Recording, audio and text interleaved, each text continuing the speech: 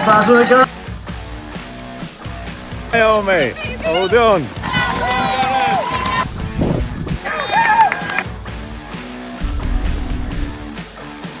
You're running 7th, Gareth. Well done.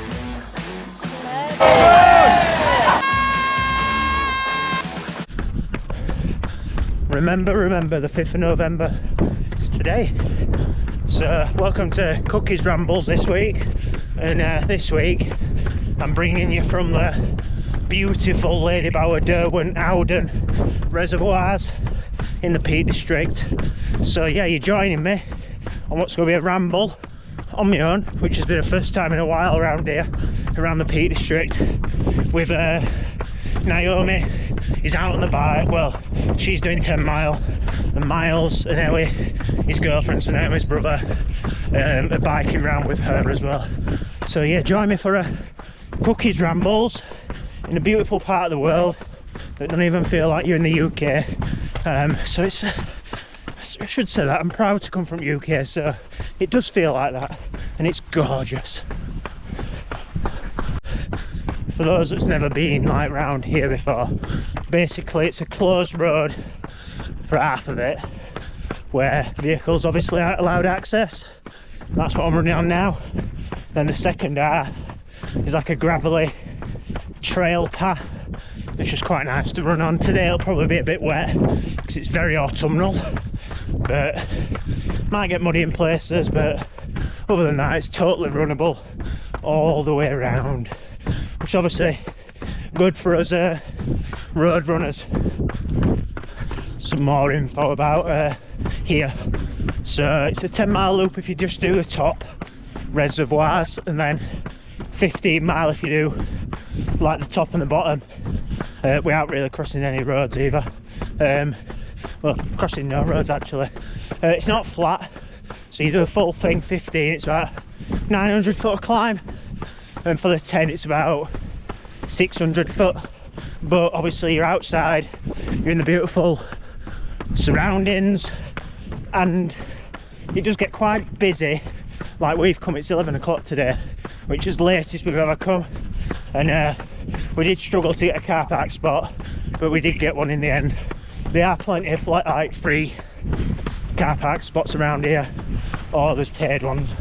We've ended up in a paid one today.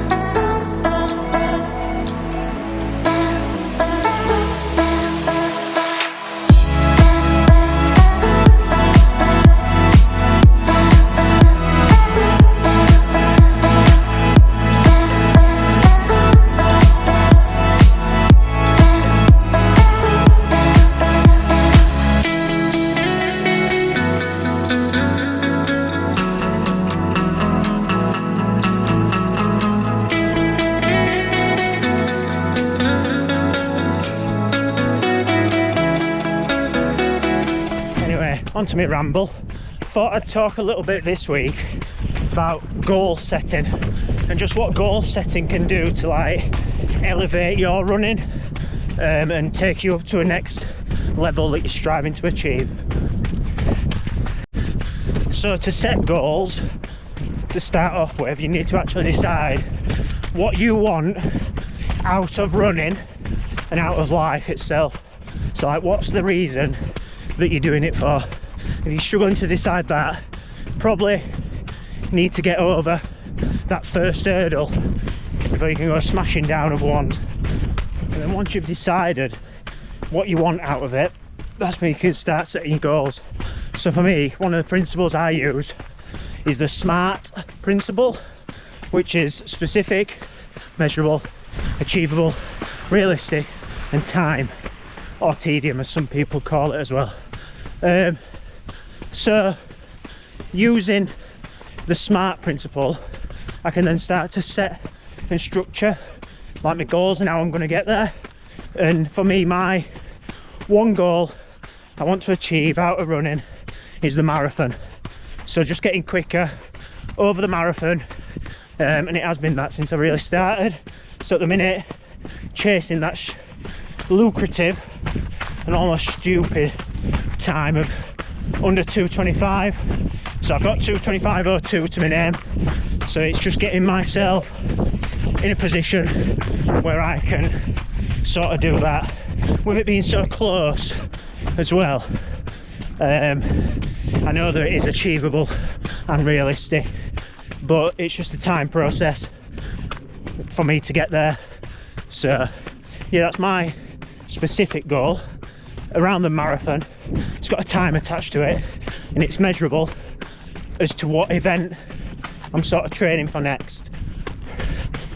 And then what you can do is start looking at like short, medium and long-term goals. So for me, the marathon's a long-term goal, which will be in April next year. And then the medium might be stepping stones. I want to hit certain races, certain targets. Remember, like 10k times, half marathon times, stuff like that.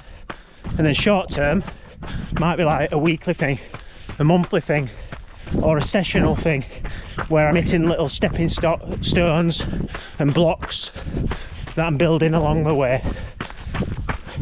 And then when you put your short, medium, long-term stuff down, you can start structuring your diet, your training plan and all that sort of stuff as well. So your realistic head on, you're not going to be marathon ready or in that shape now. You might just pull the trigger on it and press enter thinking you're going to be ready and there, but the truth of the matter is you're not going to be. So you need to do stuff without just turning up at the start line unprepared. So what could you do?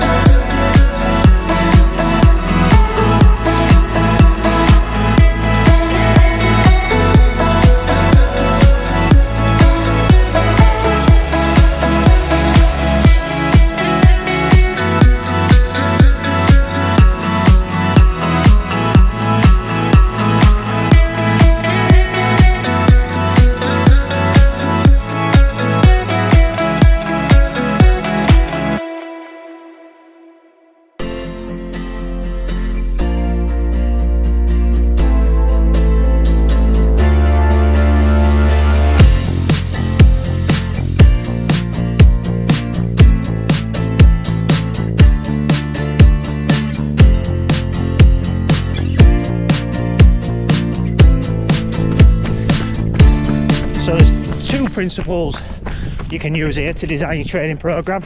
And the first one is called sport. And sport stands for specific, progressive, overload, reversibility, and this is tedium. I think I got that last one wrong. So by specific it means it's got to be relevant to your sport, what you're wanting to actually achieve. So if you're a rugby player, there's no point doing, so it's got to be specific to what you want to do. So if you're wanting to train for the marathon, you've got to be looking at longer stuff, miles make champions and time on feet. If you're wanting to be a sprinter, you got to do a lot of sprinting, and it is as simple as that at times, but we overcomplicate it in the running world and try and think scientifically and all like bog us down in all this long algorithm stuff. It's just like if you're wanting to learn to play the guitar. If you wanted to learn to play the guitar, you're not going to go away and start playing the piano or learning the drums. You want to master like that one thing. All the other stuff might make you better to get there, so that's how you cross train and complement your diet with that. I could come up with these comparisons for days. It's like learning to be a footballer as well. You're not going to learn to play football by going around kicking a rugby ball. So you got to think simple. It's one foot in front of the other for as long as you can, but as fast as you can at the same time. So the next bit's progressive. So striving for improvements, not day after day, because it doesn't work like that, but like week after week, month after month, building, increasing, like incremental stuff, and progressing your training just so you're getting better. So what's the point in doing it if you're not getting any better? Like, you're just wasting your time. And then O is for overload, so pushing your body just that little bit further, harder, faster, stronger, all that sort of stuff. So it might be adding miles on distance, weight if you're in the gym, speed and all that as well. And the same as progressive. You're not going to get better by just doing the same thing, are you? At the same intensity for the same distance and the same route. So overload is massively important. The next one's reversibility. So reversibility, some people see it as like a demon, but it is in actual fact good. So reversibility is also rest, recovery, and it's in that period where the adaptations take place. So training, intensity, sessions, and then rest and recovery equals the adaptations, if you want a formula. And that's how you get better. So that's why you see a lot of people in 3 weeks of improvement and then 1 down week as well. And that reversibility allows your muscles, your body and your mindset to recover, so you can go faster, stronger again next time. And T, that's for tedium. So making sure your training's not boring, you're doing the same thing, a bit like overload and progression, but running in the same places, seeing the same things, running with the same people, mixing it up. So as the Spice Girls said, spice up your life. And it's the variety is the spice of life, and that'll also mean that you get good across multiple things and multiple scenarios, which is obviously, you don't want to be a jack of all trades, but you want to be able to do stuff, don't you, and see places and travel to wherever you see fit and your beautiful parts of the world.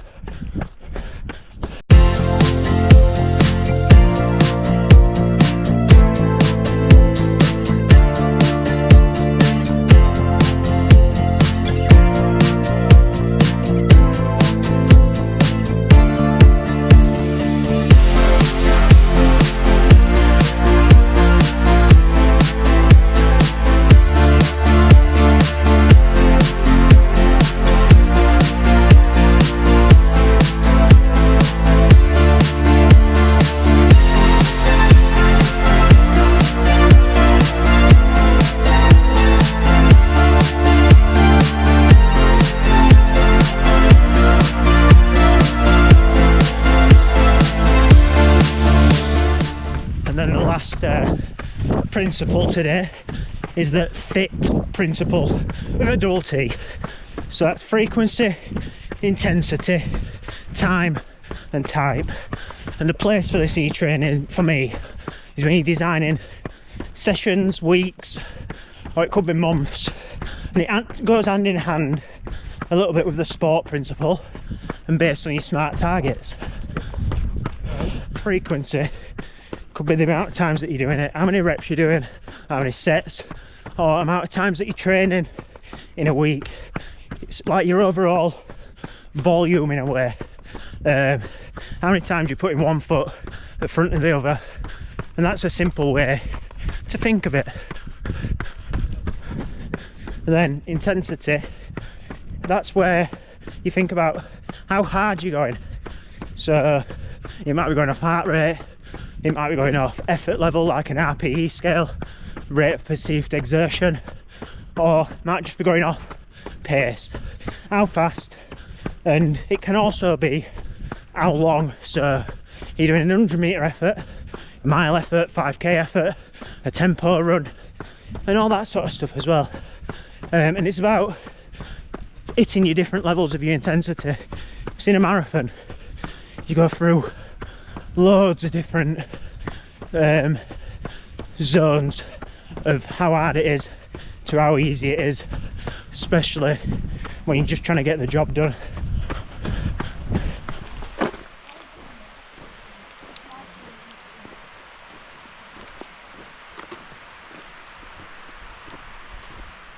And that's where time comes into it. So pushing that a little bit further, adding a little bit extra onto it. So it might be when you're going out for a 10-mile run on a Monday morning, you're just gradually creeping it up to 11-mile run, or your Sunday long run. You're not going to go out straight away and be able to run a marathon. So it's gradually creeping that distance up as well, getting ever so closer and closer to your target distance. There's some people that like to train beyond the distance as well. So if you're doing a 10k, if you're doing a half marathon, I advocate for that. And for a lot of people, training beyond the distance for a marathon isn't entirely achievable, but if you're in a certain bracket, it is. So it might just be looking at it as a time on foot sort of thing. So running for 3 hours when your target is a 2.5 hour marathon, it might be running over the distance and running a 28-mile run, or as I've done in the past, running a marathon in the build up to a marathon.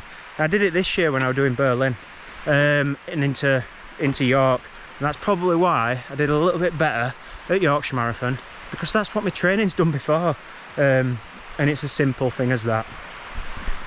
And then the last little one, so the type of stuff that you should be doing. So you think about it on a 8-run basis, whether it is a easy recovery run, a tempo run, a marathon specific session, a fartlek run, an interval session, a long slow run, a short recovery run, a fast 5k effort, 5-mile effort, 10-mile effort, VO2 max session. The list could literally go on and on and on, but I'm not going to bore you with that. So it's the type of stuff that you're doing, so that it's relevant for what you want to get out of your running for that particular day. So there is no such thing as junk miles, so it's about making sure that what you're doing isn't just a waste of time. So like I've said before, and I'll say it again, so you're not doing the same thing day after day, day after day, day after day, because that'll get boring. So make sure there's a little bit of purpose in what you're doing when you're training, and then when you're not training, you could be making sure there's a bit of purpose in that. There's a time and place for rest and recovery.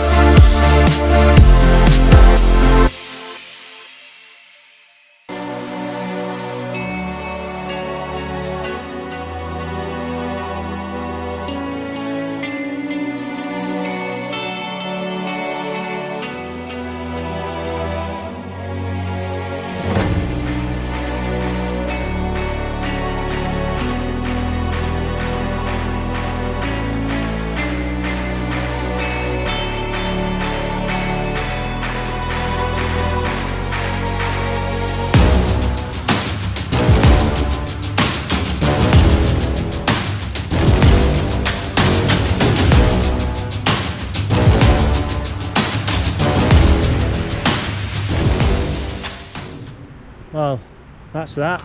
Sweaty mess. I've overdressed today. It's 9 degrees, but I've got a jumper on. It's really sweaty. So yeah, that's that. I hope you enjoyed that episode of Cookies Rambles. 94 miles for the week. You've joined me around a 15-mile run around the beautiful Howden, Derwent and Ladybower Reservoirs, talking about the SMART goals, the sport principle and the fit principle. I hope you can apply that to your training, so it levels up your running, and take from it what you will, and I hope just 1% of the information you can add, and it's all about them 1% marginal gains. But for us at our level, we probably need to be making all these big, like instead of tweaking the little stuff, looking at the bigger picture. Are we actually training right? And that's one way that you can do it. This week personally, 94 miles as I've just said, 2 sessions sprinkled in there, a 17-mile day on Thursday because I did a session as well. So my sessions have been 5 by 2k with a 1k float recovery. Did it around a new loop at Island, which were quite good for us, somewhere different, again taking away that boredom and tedium, all that sort of stuff. And then I ended up having a little bit of stomach issues, so I'm going to start looking at doing some food intolerance testing actually, just to find out what, like, get to the root cause of my stomach problems that I've been having lately. Yeah, and just find out what's actually causing it, because I think I am not tolerating some sort of food, and I do think it is dried fruit, to be honest, which won't surprise me because dried fruit does that to you. And then session on Thursday, went with Birdie. Part of his plan, he's doing a Valencia marathon, so it was a 20-minute warm-up, 20-minute like tempo at just under 6-minute miles, and then a 10-minute push. I ended up getting an awful stitch as well, so this is why I'm reinforcing I need to do food intolerance testing, but an awful stitch for the last 2 minutes of this 10-minute effort, and then it ended up being, the jog home was like 8-minute miles, but I did it pace and it was quicker than what I'd do on my own. So yeah, enjoyed that.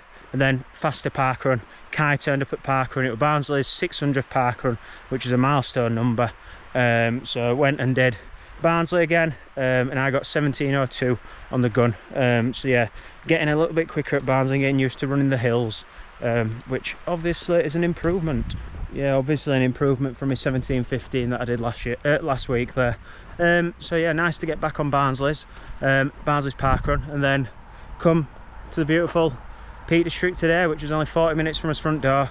Struggle for a car park spot because it's probably the best day of weather we've had in a while.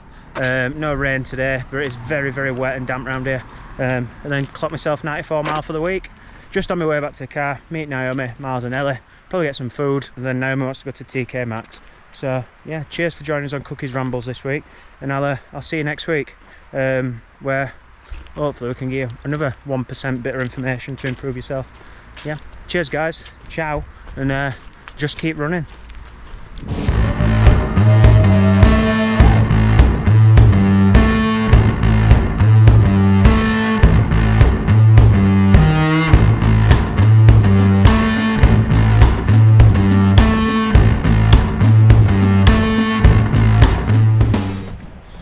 This is like bonus footage, so got back to the car, full outfit change, and then Naomi's got a tuna potato, tuna jacket tatty, and I've got an ham and cheese panini. How many miles you do? 10. 10 miles with Ellie and Miles. And they run with you? No, they're biked. Oh, I've already told everyone that. Oh, have you? Yeah, so Miles had stabilisers. Miles had stabiliser apparently. So yeah, ham and cheese panini, back at the car. I'm going to sit with the heating on because it's quite cold now. I've stopped, even though I was complaining it was warm earlier. And then we're probably going to end up at TK Maxx by the sounds of it, if someone's in mood still. Or she might hopefully change their mind. Car's going to follow us. Is it? We drive and park somewhere a bit. We'll see. So yeah, cheers for listening to Cookies Rambles anyway this week. So see you next week. About me.